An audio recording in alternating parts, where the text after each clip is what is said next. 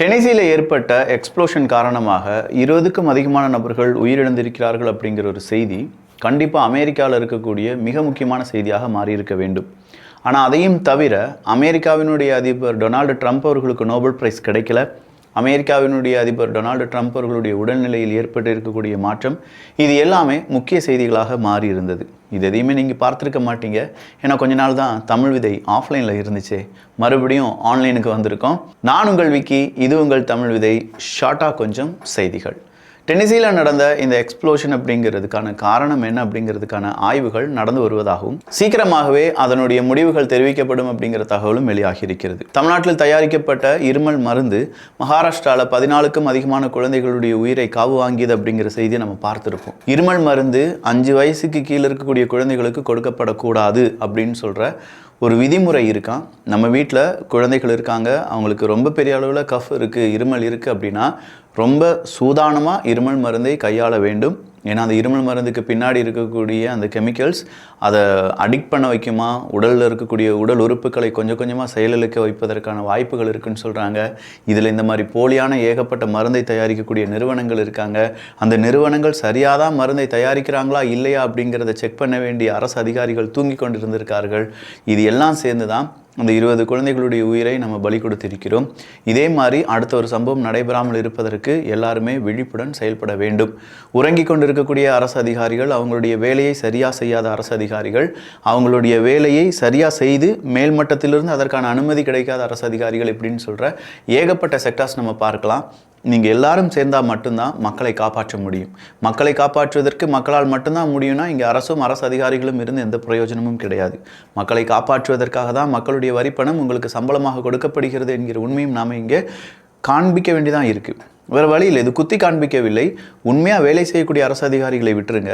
வேலை செய்யாமல் ஓபி அடிச்சுக்கிட்டு அரசு பணத்தை நான் சேலரியாக வாங்கிட்டு இருக்கேன் அப்படின்னு சொல்லக்கூடிய அரசு அதிகாரிகள், உங்கள் மனசாட்சிக்கு விரோதம் இல்லாமல் உங்களுடைய வேலையை செய்யுங்கள் அப்படிங்கிறது மட்டும்தான் எங்களுடைய தாழ்மையான வேண்டுகோள். பிலிப்பைன்ஸினுடைய எக்ஸ் பிரசிடென்ட், எனக்கு இந்த மாதிரியான தண்டனைலாம் வேண்டாம்ப்பா, என்னை எப்படியாவது விடுவிச்சிருங்கப்பா, நான் பிள்ளைக்குட்டிக்காரன்ப்பா, கொஞ்சம் பார்த்து செய்யுங்கப்பா அப்படின்னு சொல்லி குளோபல் கோர்ட்டில் கெஞ்சோன்னு கெஞ்சினார். ஆனால் அவருடைய கெஞ்சலுக்கு எந்த விதமான பிரயோஜனமும் இல்லாமல் அது எல்லாமே இப்போது ரிஜெக்ட் ஆகியிருப்பதாக செய்திகள் வெளியாகி இருக்கிறது.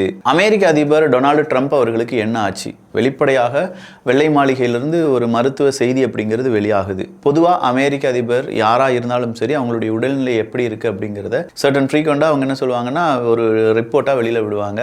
அந்த வகையில் பார்க்க போனால் போன தடவை ஒரு ரிப்போர்ட் வெளியானது. அதில் டொனால்டு ட்ரம்ப் அவர்களுக்கு கால்களில் வீக்கம் இருப்பதாக சொல்லப்பட்டது. அதுக்கு காரணம் வயது தானே தவிர வேறு எதுவுமே கிடையாது. வயதாகும் போது ஏற்படக்கூடிய நரம்பு பிரச்சனை தான் அந்த வீக்கத்துக்கு காரணம் அப்படின்னு சொல்லியிருந்தாங்க. இந்த முறை வெளியாகி இருக்கக்கூடிய அந்த மருத்துவ ரிப்போர்ட்டில் டொனால்டு ட்ரம்ப் அவர்கள் ரொம்பவே ஆரோக்கியமாக இருக்கார். சொல்லப்போனால் அவருடைய ஹார்ட் ஃபங்க்ஷன் எல்லாம் ஒரு 14 வயசுக்கு கீழே, இப்போ இருக்கக்கூடிய வயசுலேருந்து 14 வயசை கம்மி பண்ணால் எந்த அளவுக்கு ஹார்ட் அந்த ஃபங்க்ஷன் இருக்குமோ அந்த அளவுக்கு ரொம்ப இளமையாக இருக்குது அப்படின்னும், மீதம் இருக்கும் உள்ளுறுப்புகள் எல்லாமே சர்வசாதாரணமாக நல்லா வேலை செய்கிறது அப்படிங்கிற தகவலையும் வெளிப்படையாக கொடுத்திருக்கிறார்கள். இப்படி ஒரு ரிப்போர்ட் வெளிப்பட காரணம் என்ன அப்படின்னு கேட்டிங்கன்னா, கொஞ்சம் நாட்களுக்கு முன்னாடி டொனால்டு ட்ரம்ப் அவர்களுக்கு உடல்நிலை சரியில்லை, அவர் வெளியிலே வரமாட்டுக்காரு, அவர் படுத்த படுக்கையாக இருக்கார் அப்படிங்கிற ஒரு ரூமர் எல்லாமே வெளியானது. அப்படி மறுபடியும் ஒரு ரூமர் வெளியாகாமல் இருப்பதற்கு அவர் 100% ரொம்ப சேஃபாக இருக்கார், ரொம்ப ஹெல்த்தியாக இருக்கார் அப்படிங்கிறத இப்போது வெள்ளை மாளிகை உறுதி செய்திருக்கிறார்கள். நோபல் பிரைஸ் அப்படின்னு சொல்லக்கூடிய இந்த நோபல் பிரைஸ் அதுக்கான தன்மையை இழந்து விட்டது அப்படின்னு சொல்லி புட்டின் அவர்கள் ஒரு விமர்சனத்தை வைத்திருந்தார். யாருக்கு இந்த நோபல் பிரைஸ், அமைதிக்கான நோபல் பிரைஸ் கொடுக்கப்படுகிறது என்றால் இந்த உலகத்திலேயே அமைதி யாருக்கு பிடிக்கலையோ அவங்களுக்கே கொடுக்கப்படுது. இப்போ வெனிசுலாவினுடைய மாதுரோ அவர்களுக்கு எதிராக செயல்பட்ட வெனிசுலாவினுடைய எதிர்க்கட்சி தலைவருக்கும் எதிர்க்கட்சியாக இருந்த நபருக்கும் ஒரு பெண்ணுக்கு நோபல் பிரைஸ் அப்படிங்கிறத கொடுத்துருக்காங்க. இதை கடுமையாக விமர்சனம் பண்ணியிருந்தார் புட்டின் அவர்கள்.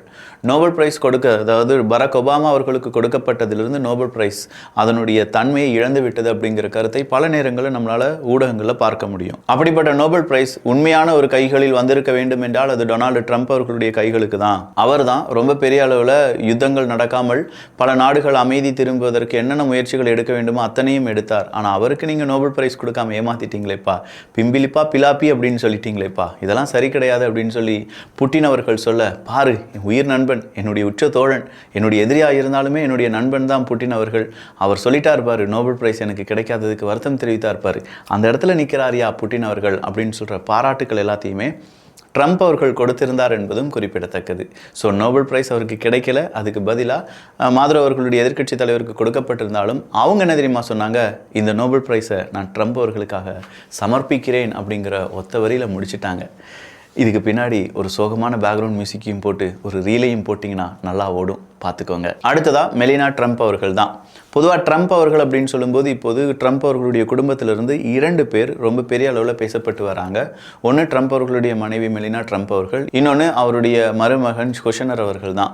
ஸோ இந்த ஜாரேத் குஷ்னர் அவர்களும் மெலினா ட்ரம்ப் அவர்களும் அடிக்கடி இப்போது மீடியாக்களில் வர்றதுக்கான காரணம், ஜாரேத் குஷ்னர் வர்றதுக்கான காரணம் என்ன அப்படின்னு பார்த்தீங்கன்னா, இஸ்ரேல் மற்றும் ஹமாஸ் இடையே ஏற்பட்ட அமைதி ஒப்பந்தம் தான். இந்த அமைதி ஒப்பந்தம் யூதர்களுக்கு ஆதரவாக ஜாரேத் அவர்கள் தான் ரெடி பண்ணார் அப்படின்னும், அதுக்கு பின்னாடி நிறைய நபர்களுடைய உழைப்பு இருந்தாலும் குஷ்னர் அவர்களுடைய பெயர் தான் அடிக்கடி இப்போது மீடியாவில் பேசப்பட்டு வருகிறது அப்படிங்கிற தகவலும் வெளியானது. அதே நேரத்தில் மெலினா ட்ரம்ப் அவர்களுடைய பெயர் ஏன் அடிப்படுது அப்படின்னு பார்த்தீங்கன்னா, 8 உக்ரைனுடைய குழந்தைகள் அவங்களுடைய ஃபேமிலி கூட ரீயூனைட் செய்யப்பட்டார்கள் அப்படிங்கிற ஒரு செய்தியை மெலினா ட்ரம்ப் அவர்கள் குறிப்பிட்டிருந்தார்கள்.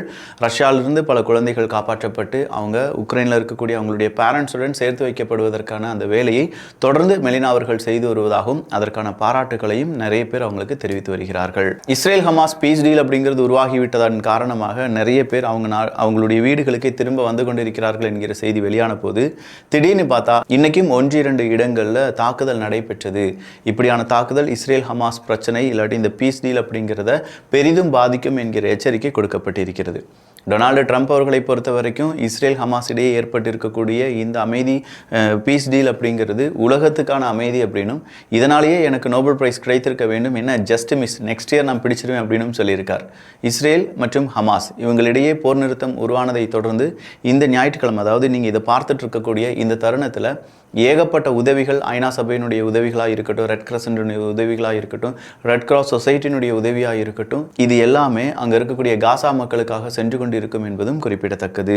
ஏன்னா நிறைய எய்டு அப்படிங்கிறத அனுப்புகிற எய்டை நாங்கள் வழிமறிக்க மாட்டோம் அப்படிங்கிற தகவலை இந்த பீஸ் டீலில் இஸ்ரேல் கொடுத்துருந்தாங்க. அதன்படி அவங்க அதை செய்திருக்க வேண்டும். இந்த பீஸ் டீலுக்கு எதிராக யார் என்ன நடவடிக்கை எடுத்தாலும் அமெரிக்கா அவங்களுக்கு எதிராக கடுமையான நடவடிக்கை எடுக்கும் அப்படிங்கிற ஒரு எச்சரிக்கையும் ட்ரம்ப் அவர்களால் கொடுக்கப்பட்டிருந்தது. யுஎஸ் ஹெல்த் ஏஜென்சியில் இருக்கக்கூடிய நிறைய நபர்களுக்கு லே ஆஃப் லெட்டர்ஸ் அப்படிங்கிறத இப்போது ட்ரம்ப் அவர்கள் கொடுத்திருக்கிறார். ஆல்ரெடி அமெரிக்கா ஷட் டவுனில் தான் இருந்துட்டு இருக்கு. அதனால தான் தங்கம் விலையெல்லாம் தாறுமாறா தக்காளி சோறா எகிரிட்டு இருக்கு அப்படிங்கிறதெல்லாம் நமக்கு தெரியும். இந்த நேரத்தில் மறுபடியும் யுஎஸ் ஹெல்த் ஏஜென்சியில் இருக்கக்கூடிய நிறைய நபர்களுக்கு லே ஆஃப் அப்படிங்கிற அந்த நோட்டீஸ் கொடுக்கப்பட்டிருக்கிறது. அமெரிக்காவினுடைய அரசாங்கம் அவங்களுடைய செலவுகளை கம்மி பண்ணுவதற்கு என்னென்ன செய்ய முடியுமோ அனைத்தையும் செய்து வருகிறார்கள். ஆல்ரெடி ஷட் டவுன் அப்படிங்கிறது அமெரிக்காவினுடைய அரசாங்கத்தை பெரிதும் பாதிப்பதால் இந்த மாதிரி ஹெல்த் ஸ்டாஃப் அப்படிங்கிறவங்களுக்கு லீகல் நோட்டீஸை நாங்கள் கொடுத்துருக்கோம், சீக்கிரமாக அவங்களுடைய வேலையை விட்டு நின்றுவாங்க என்கிற நம்பிக்கையும் டொனால்டு ட்ரம்ப் அவர்கள் சார்பாக கொடுக்கப்பட்டிருக்கிறது. அமெரிக்காவினுடைய இந்த ஷட் டவுன் ப்ராசஸ் அப்படிங்கிறது கண்டினியூ ஆச்சுன்னா சீரியஸ்லி அது பெரிய ஒரு எஃபெக்டை உலக எக்கானமியில் ஏற்படுத்தும் என்பதும் குறிப்பிடத்தக்கது. இடாஹோ அப்படிங்கிற ஒரு ஏர்பேஸில் தான் கத்தாரினுடைய F-15 ஃபைட்டர் ஜெட்டுக்கான அந்த பைலட்டுக்கான ஒட்டுமொத்த ட்ரைனிங்கும் நடக்கப் போகிறது என்கிற தகவலை அமெரிக்கா வெளியிட்டிருக்கிறார்கள். கத்தாரில் குறிப்பாக இஸ்ரேல் நடத்தின தாக்குதலில் பெரிய அளவு ஒரு மனக்கசப்பு அமெரிக்காவுக்கும் இஸ்ரேலுக்கும் இடையே ஏற்பட்டது.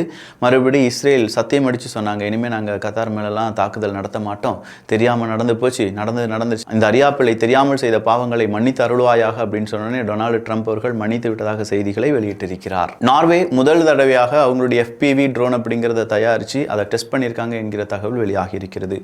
ஒட்டுமொத்த உலக நாடுகளும் FPV ட்ரோன் தயாரிப்பதில் மும்முரம் காட்டி வருகிறார்கள்.